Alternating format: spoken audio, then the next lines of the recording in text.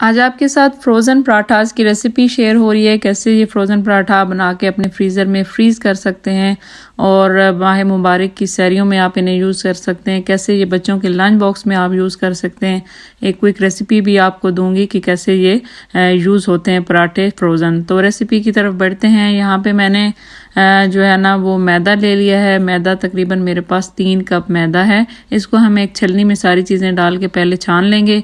1 teaspoon salt है, half tea spoon baking powder है और 1 टीस्पून इसमें जो है वो चीनी है। ये तीनों चीज़ें ऐड होंगी और फिर इसके बाद इसमें आधा कप जो है वो आप रिफाइंड आटा भी डाल सकते हैं। मैं चक्की का जो लाल आटा होता है वो ऐड कर रही हूँ। सारी चीज़ों को बहुत ही अच्छी तरह हमने छान लेना है और छानने के बाद जो है इसके अंदर 2 टेबलस्पून जो है वो मैं ऑयल ऐड करूँगी। पहले इस ऑयल को या आप घी भी ऐड कर सकते हैं। इसको अच्छी तरह हाथों की मदद से हमने अपने जो है ना आटा के अंदर मिक्स कर लेना है बहुत ही अच्छी तरह और फिर इसको हमने नीड करना जो है वो स्टार्ट करना है। नीम गुनगुना सा गर्म पानी, अगर विंटर है तो अगर नॉर्मल है टेम्परेचर तो फिर नॉर्मल पानी से आप जो है वो इसको गूंथ सकते हैं। थोड़ा थोड़ा करके मैं इसको नीड करती जाऊंगी। डो हमने जो है वो नॉर्मल रखनी है, बहुत ज़्यादा सॉफ्ट या बहुत ज़्यादा हार्ड नहीं होनी चाहिए। नॉर्मल आटे की जो डो होती है बिल्कुल इसी तरह हम करेंगे और बहुत अच्छी तरह नीड करेंगे। एक दफ़ा नीड करने के बाद इसको मैं थोड़ी देर जो है वो ऑयल लगा के छोड़ूंगी और रेस्ट कर दूंगी। फिर अगेन एक दफ़ा पेड़े बनाने से पहले नीड करूंगी। यहाँ पे जिप लॉक बैग्स हैं, ये मैंने तैयार कर लिए हैं। इनको एक साइड से मैंने कट कर लिया है, बल्कि 2 साइडों से कट किया है। तो इस तरह एक शीट सी जो है ना बन के हमारी फ्रोज़न पराठों के लिए ये तैयार हो गई है। ये भी बहुत ही ईजीली आप अपने घर में जो है वो इनको तैयार कर सकते हैं।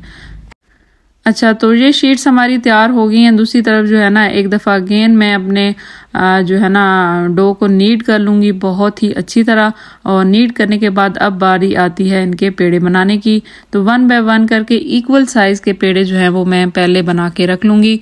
बहुत ही इजी मेथड है ये फ्रोज़न पराठे बनाने का और बहुत हेल्पफुल ये हो जाते हैं। आप अचानक से बच्चों का कोई लंच बॉक्स बनाना हो, स्पेशली सहरी में आप इस तरह से जो है वो आलू के पराठे जो दूसरे पराठे भी सहरी के लिए बना के रख सकते हैं।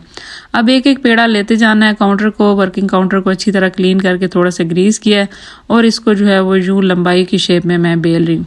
हल्का हल्का इस पे मैं जो है ना घी जो है वो स्प्रेड करती जाऊंगी हाथों की मदद से और फिर लास्ट में इसमें जो है ना थोड़ी सी हम मैदे की डस्टिंग करेंगे ऊपर से और डस्टिंग करने के बाद जो है ना हमने एक साइड से इसको उठाना है और यूं शेल काउंटर के ऊपर पटक के 2 से 3 दफ़ा झाड़ना है। तो जब आप झाड़ेंगे तो इसकी 2 से 3 जो है 3 से 4 इस तरह की लेयर बन जाएंगी। 3 फिंगर आपने लेनी है, उनके ऊपर इसको गोलाई में जो है वो बेलना है ऐसे जैसे बिल्कुल हमारा पेड़ा तैयार हो जाए। तो आप देखें कि ये लेयर खुद ही 3-4 लेयर्स बन जाएंगी। इनको आपने 3 फिंगर के ऊपर जो है ना फिर रोल लेना है और रोलिंग करने के बाद आपने से एक पेड़े की शेप देनी है। जो लास्ट इसका कॉर्नर होगा इसको बहुत ही अच्छा सा आपने अंदर की तरफ ऐसे प्रेस कर देना है। तो आप देखेंगे कितने अच्छे ये बलों वाले जो है ना पेड़े जो है बनेंगे और इसी तरह बलों वाले ही ये पराठे बन जाएंगे। लेयर्स इनकी बहुत अच्छी आएंगी। कोई हमने लेयर नहीं लगाई, कोई हमने कट नहीं किया, बहुत ही इजीली इनको हमने बना लिया। अब सारे पेड़े जो है वो बारी बारी बना के मैंने रख लिए हैं और अब इनको थोड़ी देर तकरीबन 2 से 3 से 4 मिनट आप ज़रूर रेस्ट दें।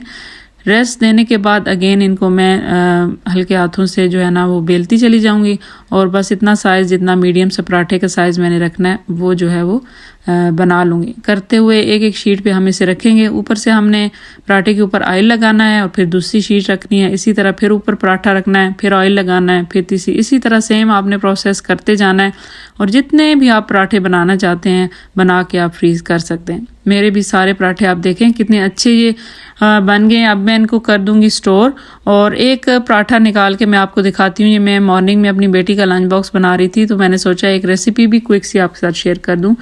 इस तरह जब एक साइड से पराठा जो मेरा हो गया तो मैं ऑमलेट इस तरह नॉर्मल नमक और मिर्च डाल के इसके ऊपर पैन के ऊपर अपना फैला लूँगी अच्छी तरह।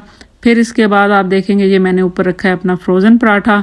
ये अंडा रोल पराठा जो है ना बड़े ही बच्चों को, मेरे बच्चों को स्पेशली बहुत पसंद आता है और क्विक रेसिपी है।